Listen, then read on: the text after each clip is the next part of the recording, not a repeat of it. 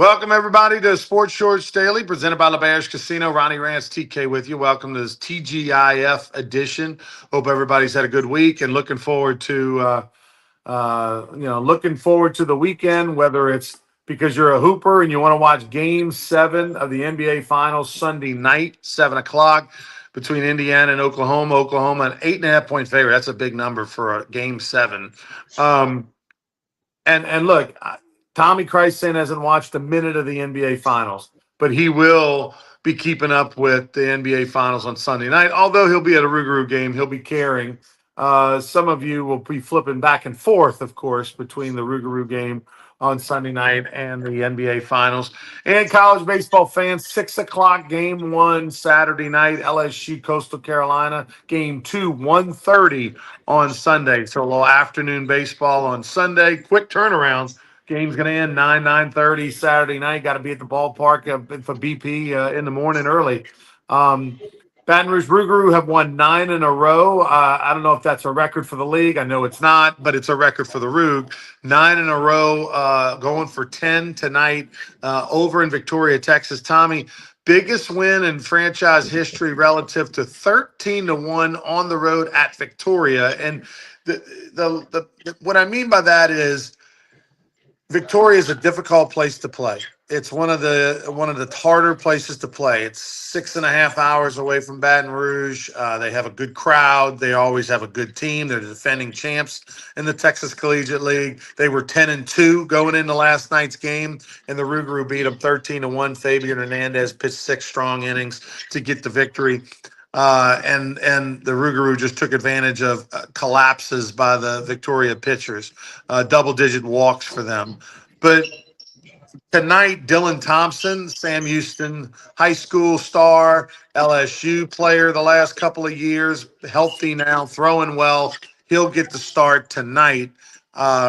By the way, got to shout out J.D. Rodriguez on Wednesday. Went 7 innings, didn't walk anybody for the Rougarou. The Tulane right-hander was outstanding against Seguin. 7 innings, no walks. His command has been a little bit of a problem for big 6'6" J.D. Rodriguez in his career. Not on Wednesday. That was one of the better performances of his career and in Rougarou lore.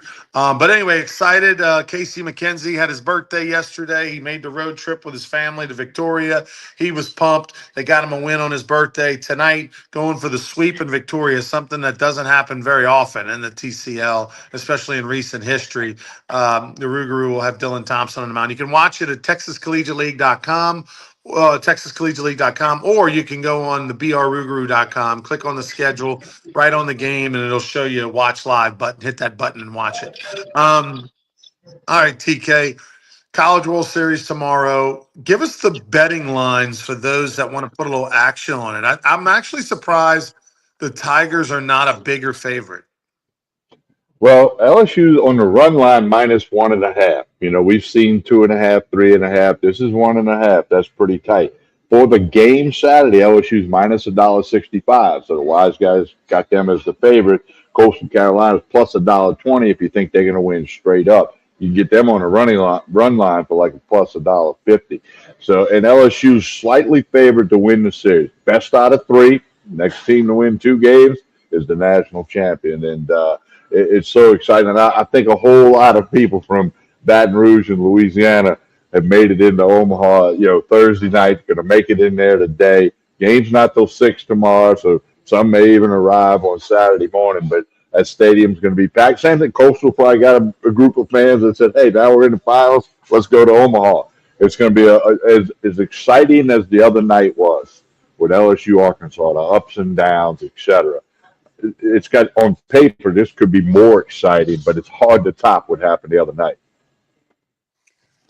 It very much is hard to top what happened the other night.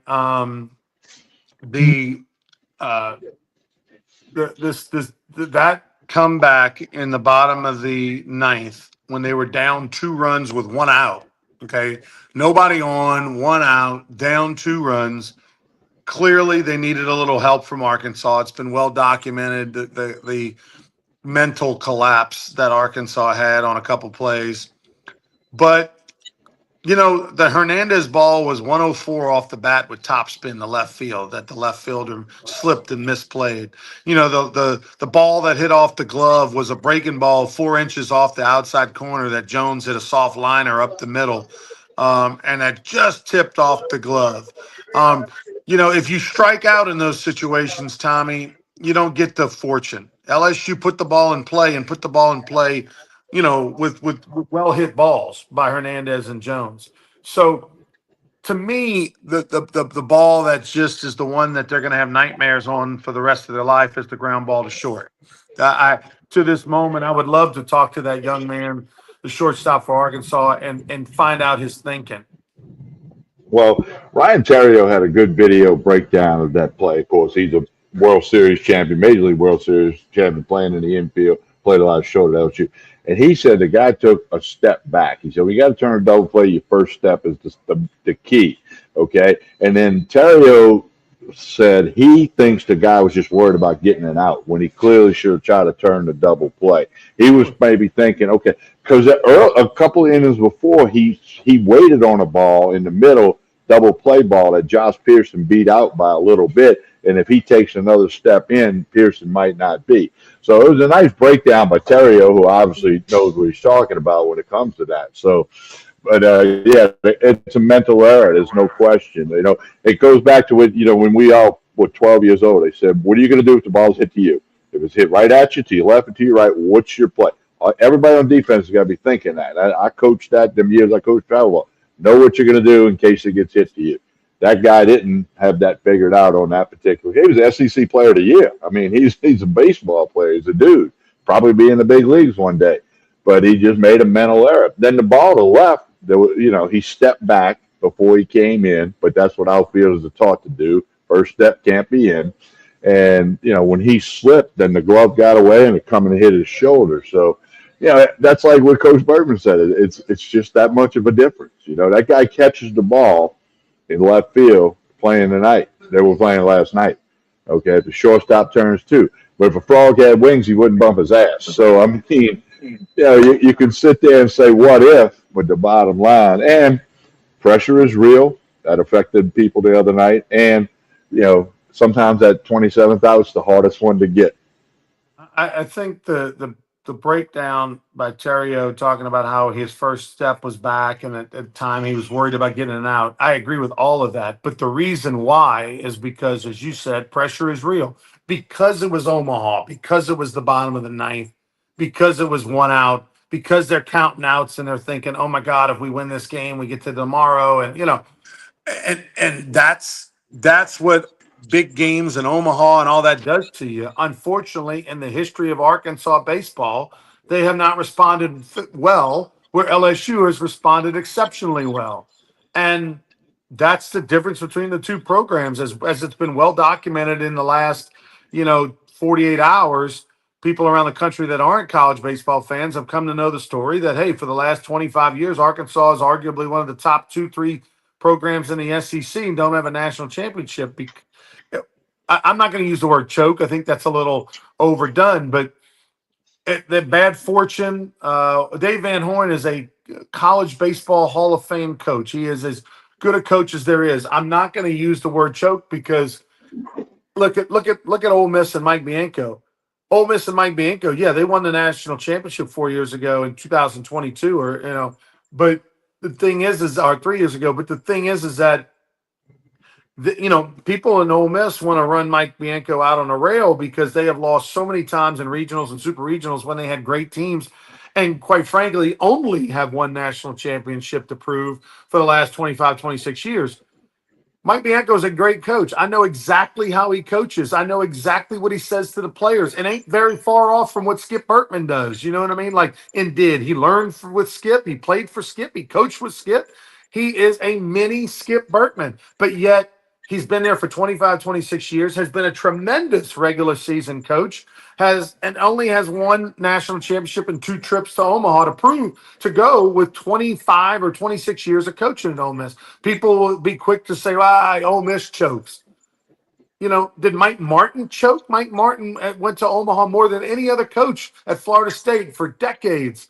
They never won it, and so sometimes it's coaches like in programs like LSU. Obviously, you have to have good fortune, but you have to have great players that play big on the big stage. And I think that's what Coach Berkman taught so well, was how to be your best in those pressure moments. And that history and that teaching goes on from program to program and from team to team, coach to coach, expectation to expectation. It's in the DNA, which was said on the Scott Van Pelt show. It's in the DNA of LSU to play big in these moments.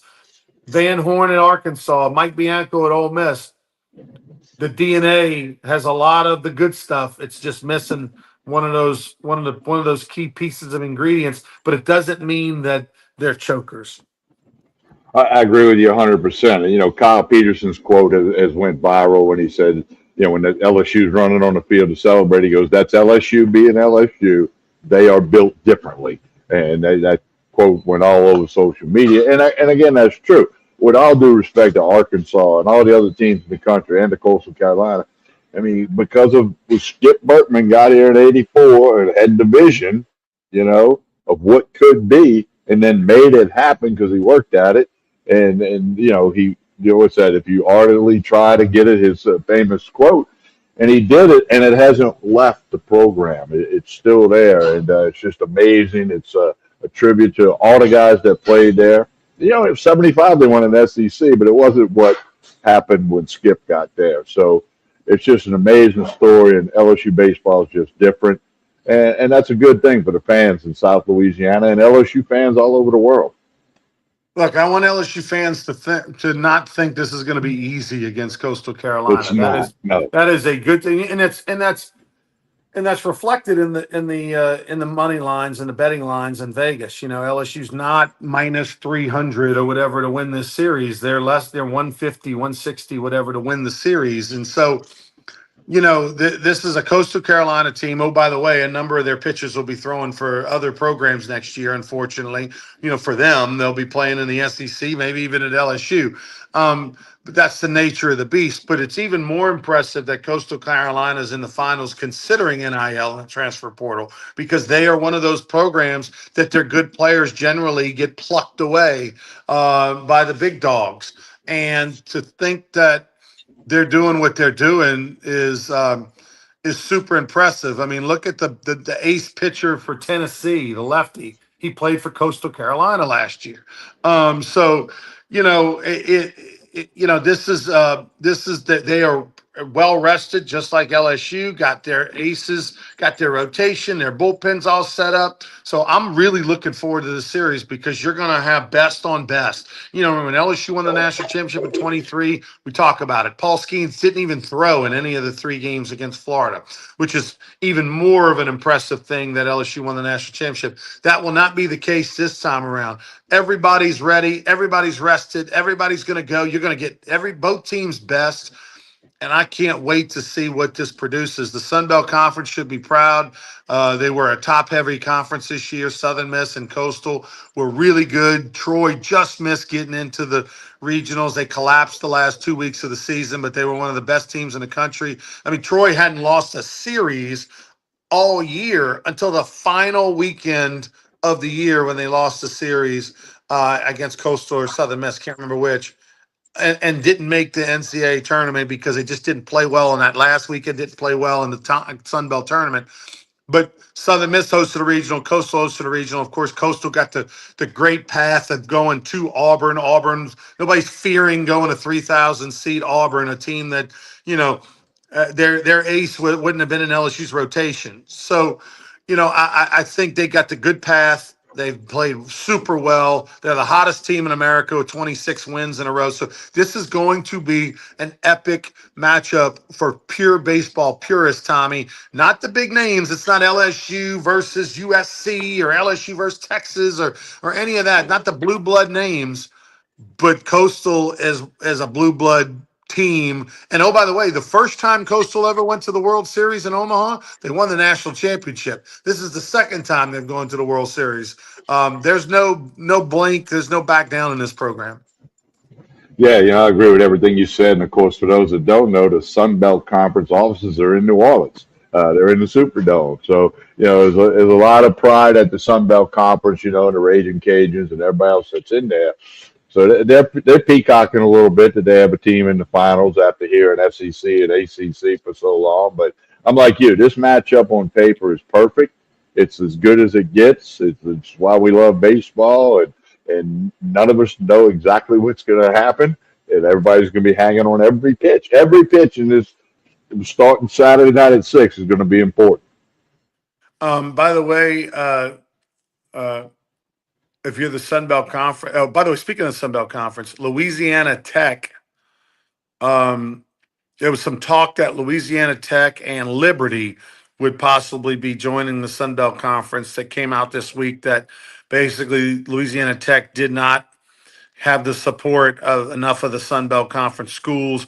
Many of the schools felt that the Sun Belt was already too much Louisiana heavy with not only the corporate offices in New Orleans, but with UL and ULM already in the conference. They didn't want to add another Louisiana team. So that's not good because Louisiana Tech really needs to be. I think Louisiana Tech should be in the Sun Belt and ULM should be in the Southland. That's my personal opinion, but that ain't going to happen. So Louisiana Tech's kind of stuck in their situation, and obviously Liberty doesn't have an offer. You kind of got to add two if you're going to add any more people, and so you got to find somebody to go in there maybe with Liberty, and it's not going to be Louisiana Tech. So some news there. TK, where are you going to be watching the game? Well, you'll be at the ballpark. You'll be at Pete Goolsby Field. I'll have, like everybody else, I'll have it on my phone. Go to Goolsby. Yeah. Have it on your phone. I'll have it propped up right there by a little station where I sit to announce the games and keep score, etc. And so I'll be watching, no question. I'll be at Pete Goolsby Field. What a great day. By the way, Pete Goolsby Field, downtown Baton Rouge, where the Baton Rouge Rougarou play. Gates open at 6. First pitch 7 o'clock for the game this Saturday night. Listen, unless you're going to some Mac Daddy party somewhere, come out to the ballpark. Watch the Rougarou. 9 in a row we've won. We're going to have fireworks during the 7th inning stretch, so about 9:15 probably around that time when the fireworks show will happen, which, by the way, the LSU game will be over with because it starts at 6. It'll be over with by 8:30, 9 o'clock with those aces pitching. It's not going to be a super long one. And so you can watch the game, and about the time the LSU game ends, the fireworks show is going to begin. Fun jump inflatables, 2 of them for the kids to run around and jump around in and wear themselves out. Great Tremonti's hamburgers. We're going to have Jello shots for anytime LSU scores a run after the 7th. Once the game starts, anytime LSU scores a run, free Jello shots for everyone 21 and over. So make plans to come out, and then Sunday night, John Foster, American Idol star, will be throwing out the first pitch and singing the national anthem. That game's at 7 o'clock as well. And so, LSU plays at 1:30. Rougarou play at 7. John Foster will be there signing autographs, taking pictures, throwing out the first pitch, singing the national anthem. So come on out Sunday night, Saturday, Sunday at the gold mine, Pete Goolsby Field. Yeah, no, I'm looking forward to it. Also, home games next Tuesday, Wednesday for those that are thinking ahead. But it's going to be fun. It's going to be. Yeah, I'm going to issue you a challenge, Ronnie, for Saturday night with the fireworks. Can we coordinate this like with the 27th out that LSU gets, and then start the fireworks? Even if the Rougarou are in the 6th or the 7th, or if you have the way to have it in it, that might be like you could get the PA announcer could say final score LSU, blah blah blah blah. Let's see some fireworks, and then go off. It may not work though. Well, if they win. Yeah. If they win Saturday night, we can try to do something like that. But anyway, what else we got, TK? Well, no, of course, you hit quickly on the NBA Finals. We'll talk about a little bit about that on Sports Shorts Radio tomorrow morning. By the way, we'll be at the Walk-Ons in Brewley, but we're on the radio, Baton Rouge, Lafayette, Lake Charles, ESPN Radio. 10 a.m. to 12 noon, Ronnie Rantz and I will get a report from Hunter McCann from Omaha. We'll have Joel Davis, all that good stuff. Sports Shorts Radio. We do that every Saturday. Want you to check us out. You can get it on the app, stream it the whole bit. 1045 ESPN in Baton Rouge and Southwest Louisiana ESPN, Lafayette and Lake Charles. We look forward to that. Hey, Tremonti's Meat and Seafood, everything you need for the weekend. Today's lunch special, as it is every Friday, fried catfish topped with crawfish etouffee. That's a winner. Fried catfish top with crawfish etouffee today is the lunch special. They got all the meat and seafood and wine and bourbon that you need for the weekend. Tremonti's Meat and Seafood, Jefferson Highway in Baton Rouge. All right, don't forget to like and share this show. Appreciate you watching. I think we got some Coastal Carolina fans watching. They wanted to check it out, want to know what's going on. So like and share this show, whether you're on Facebook, YouTube, or X. We appreciate that. That helps things out. Let's see here. Got a couple of other comments. A couple people. John Foster's awesome. Yeah, and then we're going to have a lot of fun at the Rougarou. It's going to be a heck of a baseball weekend, so we're looking forward to it. Appreciate you watching Sports Shorts Daily. We're back Monday morning to recap whatever's going on with Rougarou, LSU, Coastal Carolina. We'll do that Monday morning at 9. I'll be at Court Street Cafe in Port Allen. Again, like and share this show. We appreciate it. On behalf of Ronnie Rantz, I'm Tommy Krysan. Have a great day, everyone.